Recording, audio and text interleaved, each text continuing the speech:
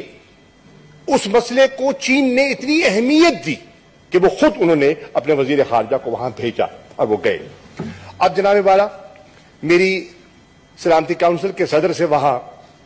ملاقات بھی ہوئی، اور انہوں نے مجھے بتایا، اور میں ایوان کی نظر کرنا چاہتا ہوں کہ جو آخری ڈسکشن ایوالو کرتے کرتے نوبت یہاں تک پہنچی کہ 15 ممبران کا جو ہاؤس ہے وہ 14-1 میں تقسیم ہو گیا. 14 کی سوچ ایک طرف اور 1 کی سوچ ایک طرف، اور وہ ایک سوچ جو ہے اس نے اپنی ویٹو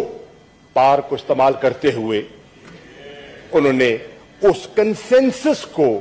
اس کنسنسس بلڈنگ میں رکاوٹ اور رکھنا ڈالا، اور نتیجہ تن یہ ہے ہمارے پاس پھر کوئی چارہ نہ رہ گیا کہ ہم کیا کریں. میں ریکارڈ پہ لانا چاہتا ہوں کہ جب یہ نوعیت اور نوبت سامنے آئی تو مجھے رات ہی کو ترکی کے وزیر خارجہ نے فون کیا اور اس صورتحال سے آگاہ کیا. ہم نے فیصلہ کیا، اور اس میں سعودی عرب کی مشاورت بھی اور دیگر وزراء خارجہ کی مشاورت بھی شامل تھی کہ فی الفور ہمیں جنرل اسمبلی کے در رجوع کرنا چاہیے، کیونکہ وہاں ویٹو استعمال نہیں ہو سکتا. کم از کم اس فورم کو، اور اہم فورم کو، the world's